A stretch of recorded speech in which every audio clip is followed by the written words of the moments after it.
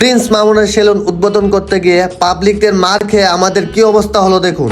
Hello everyone, কি অবস্থা, সবাই কেমন আছেন? আশা করি সবাই ভালো আছেন। তো গাইস, আজকে ফাইনালি চলে আসলাম অনেকদিন পর ঢাকাতে। আর কেন আসছি আপনারা হয়তো ট্রেলার দেখে বুঝতে পারছেন। তো গাইস, আমরা এখন আছি যমুনা ফিউচার পার্কের। আইসা দেখে এই জায়গায় লিঙ্ক সাংবাদিক আর দুষ্ট ফরাদ দাঁড়িয়ে আছে। তো গাইস, তাদের সাথে কিছুক্ষণ মজা করে আমরা সোজা চলে গেলাম মামুনের সেলুনের দিকে। তো গাইস, এই জায়গায় আইসা দেখি মানুষের এত অবস্থা, এত গ্যাঞ্জাম দেখে তো আমাদের পুরো মাথা নষ্ট হয়েছে। তারপর আমরা কোনোভাবে সেলুনের উপরে উঠে যাই। আর গাইস, গরমে তো পুরো অবস্থা খারাপ। এই জায়গায় এসি আছে, এর জন্য এসির নিচে আমরা আইসা কিছু লোক বসে একটু রেস্ট নিতেছি। আর নিচে অবস্থা দেখুন গাইস, অবস্থা একদম খারাপ। হাজার হাজার মানুষ নিচে দাঁড়িয়ে আছে। তো গাইস, ফার্স্টে ভাবি না এই জায়গায় এত পরিমাণে মানুষ হবে, যার কারণে আমরা এখান থেকে বের হয়ে আরেকটা সেলুনে চলে যাই। আর এই জায়গায় আইসা দেখে আমাদের অনেক বন্ধু বান্ধব আছে এই জায়গায়। আর আমরা তাদের সাথে বসে একসাথে সবাই আড্ডা দিতেছি, গল্প করতেছি। আর গাইস, এদিকে অবস্থা দেখুন, ফরাদ পুরা জান্নাত তোয়ার পিছনে লাগিয়ে গেছে। তোহাকে দেখে জান্নাতের সাথে ফরাদ দুষ্টামি করতেছে, মারতেছে। তা দেখে তোয়া পুরা রেগে যায় এবং ফরাদের সাথে ঝগড়া শুরু করে দিই। আর গাইস, আমরা এদিকটা দর্শক সবাই মিলে শুধু মজা নিতেছি ওদের ঝগড়া দেখে। তারপর গাইস, ফরাদ আর তোহা মিলে চলে আসে বিডি ইরমানের কাছে বিচার দেওয়ার জন্য। বিডি ইরমান নাকি তাদের বিচার করবে। তো গাইস, ঝগড়াটা অনেক বড় ধরনের হয়ে গেছে, যার কারণে তোহা কিছুতেই মেনে নিতে পারছে না এবং ফরাদও মেনে নিতে পারতেছে না। যাই গাইস, তারপর ফরাদ সুন্দরভাবে তোহাকে বুঝে দেয় এবং তোহা তা মেনে নি। তারপর গাইস, লিঙ্ক সাংবাদিক কি করলো দেখুন। লিঙ্ক সাংবাদিক বিডি ইরমানকে উল্টাপাল্টা প্রশ্ন করতেছিল।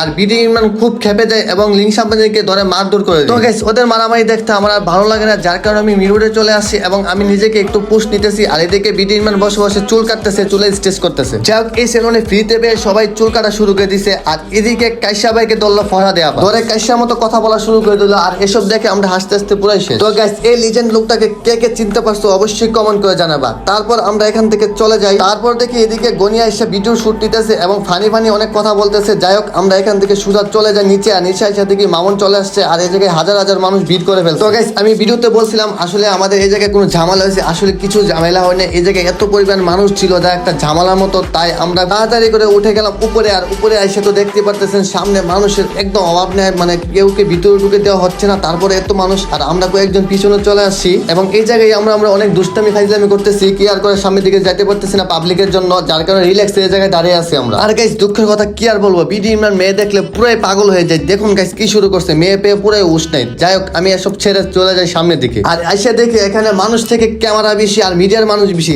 এইসব দেখে তো আর কিছু ভালো লাগতেছে, যার কারণে আবার পিছনে চলে আসি আর উপরে একটা সিটের উপরে উঠে যাই সব দেখার জন্য। তো গাইস, আপনারা দেখতে পারতেছেন আমরা কোথায় উঠে দাঁড়ায় গেছি, দাঁড়ায় দেখতেছি। তো আর বললে লাভ নাই, মানুষের এত পরিমাণ চিল্লাচিল্লি, কিছু বোঝা যাচ্ছে না কে কি বলতেছে। যাই হোক, কিছু করেননি, আমরা শুধু দাঁড়ায় দেখতেছি আর ভিডিও করতেছি। কি আর করা, কিছু আর বলার নাই। যাই হোক গাইস, এসব দেখে আমরা আবার পিছনে চলে আসছে। আর এই জায়গায় একটু এসি বাতাস আসে, যার কারণে আমি একটু রিল্যাক্স আরামে বসে আছি এবং সবাই বসে বসে দেখতেছে, আমিও বারবার দেখতেছি। তো গাইস, কি আর বলবো, এত পরিমাণে মানুষ হয়েছে যা বলার বাইরে। এসব দেখে পুরাই মাথা নষ্ট হয়ে গেছে। তো গাইস, মামুন সেলুনের উদ্বোধনের কাজ এখন শুরু হয়ে যাবে। আর এদিকে মাসুদ ভাই চলে আসছে, মাসুদ ভাই ফ্যামিলির লোকেরা চলে আসছে। এখন সবাই মিলে কিছু কথা বলবে, তারপর সেলুন উদ্বোধন করবে। আর গাইস, কি আর বলবো, গরমের জন্য এই জায়গায় দাঁড়াতে পারতেছি না। তো কি আর করে, তারপর দাঁড়িয়ে একটু শুট দিতেছি আপনাদের দেখার জন্য। তো গাইস, সত্যি কথা বলতে কি এই জায়গার কাবজাব আর জামালা কিছুটাই ভালো লাগতেছে না, যার কারণে প্ল্যান করলাম যে আমরা এখান থেকে বের হয়ে যাবো, বের হয়ে অন্যদিকে চলে যাবো।